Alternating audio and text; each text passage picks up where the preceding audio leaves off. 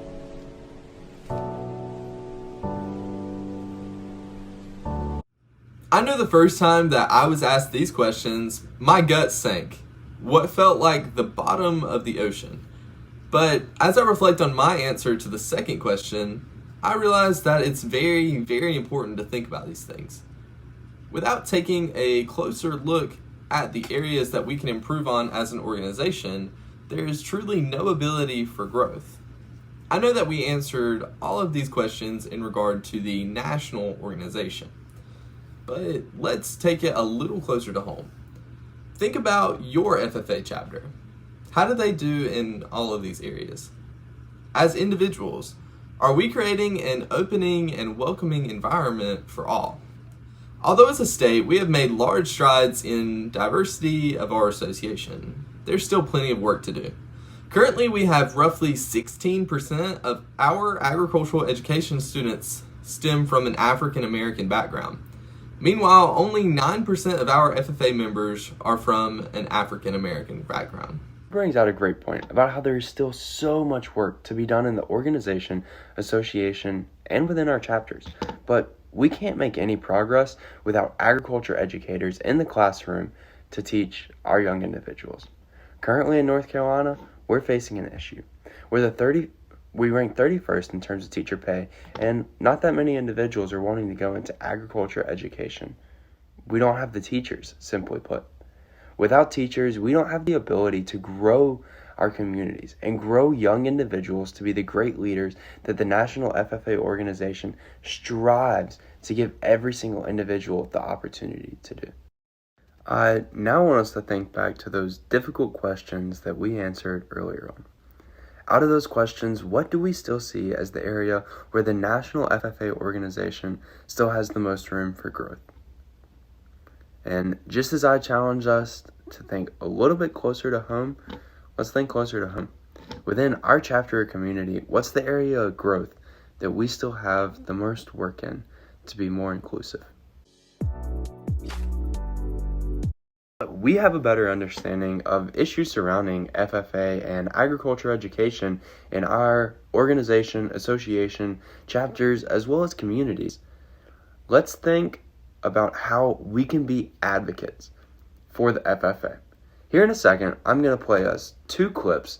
Feel free to jot down any notes on how you see these people being good advocates or how you see these people being poor advocates. Please, my brother's dying. Get help. Help him. Classic. Still hate it? It's humiliating. No, not for me, it's not. Now, which one's the ship she told us to get? Commodore. Though I feel it won't make much of a difference.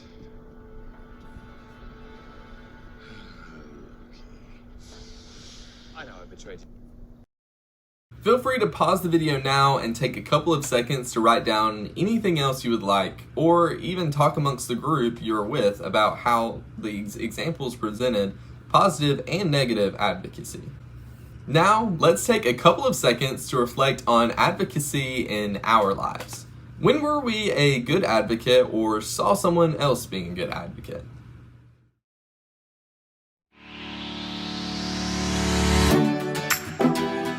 When were we a poor advocate or saw someone else being a poor advocate?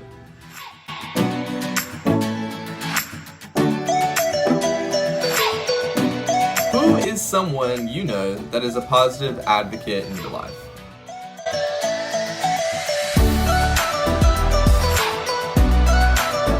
How can you advocate for issues surrounding the FFA?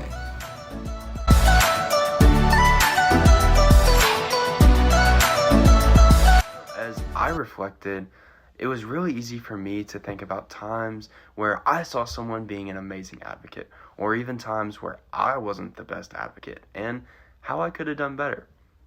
But it wasn't until I really started looking into advocacy, until I started questioning how can I become that better, more well-rounded advocate, that I learned.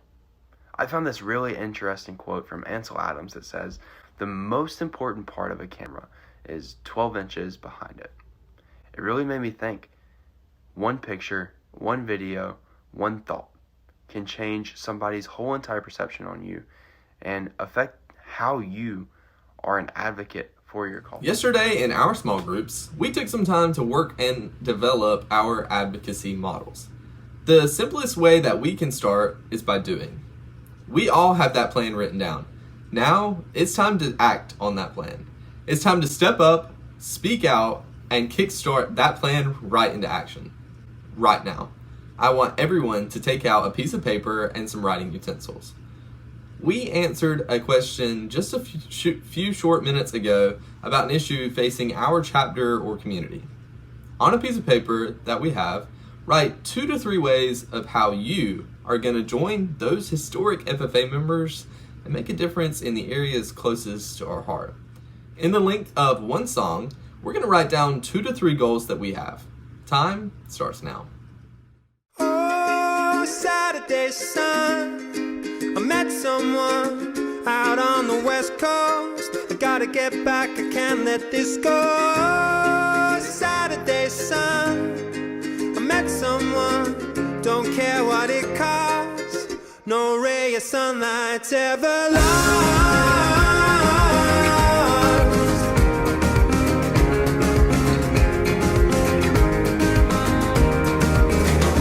So tired of sleeping alone, so tired of eating alone. I need to ask her, what's going on? Are we going strong?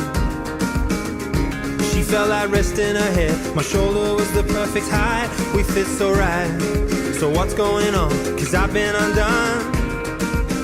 The long drive, the coastline, looking at her first light. Am I still on her mind? I've been undone. Sun, I met someone out on the west coast. I gotta get back, I can't let this go. Saturday sun. I don't know about you, Tripp, but I sure am ready to see how some of these goals play out for our members over the next year and how they are able to advocate to get their goals completed. At this time, we're going to flip that same piece of paper over and draw a line right down the middle.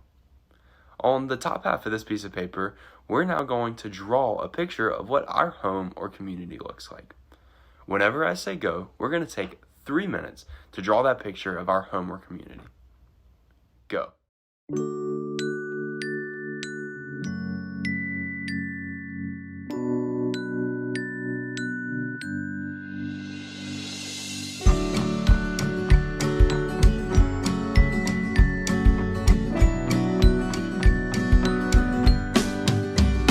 I fell down, down, down into this dark and lonely hole.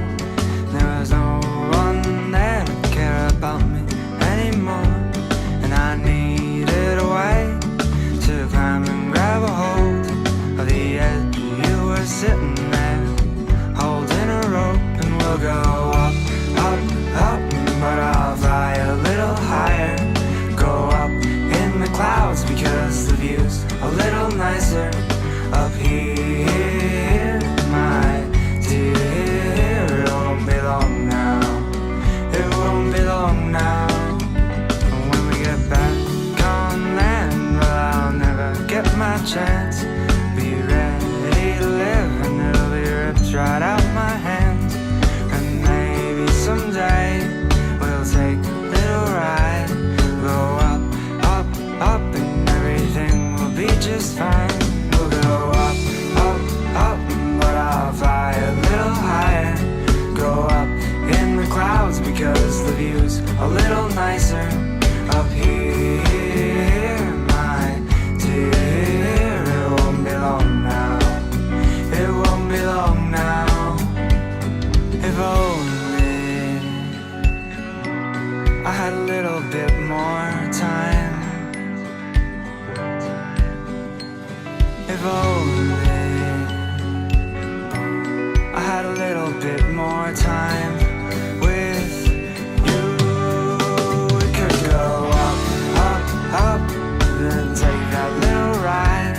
We'll sit there holding hands and everything will be just right. And maybe someday I'll see you again. We'll float up in the clouds and we'll never see the end. We'll go up, up, up, but I'll fly a little higher. Go up in the clouds because the view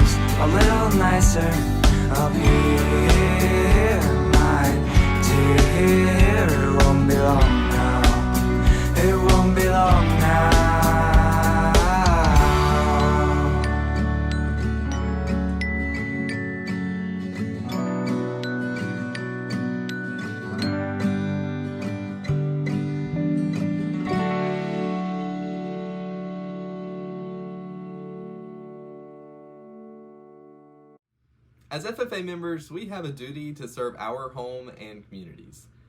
Gray and I thank you so much for staying active and engaged throughout this workshop. As we learned so much throughout this time at SLC from different state officers and facilitators, make sure to take it all in, write it all down, and absorb everything you can. Now go out and advocate for your communities.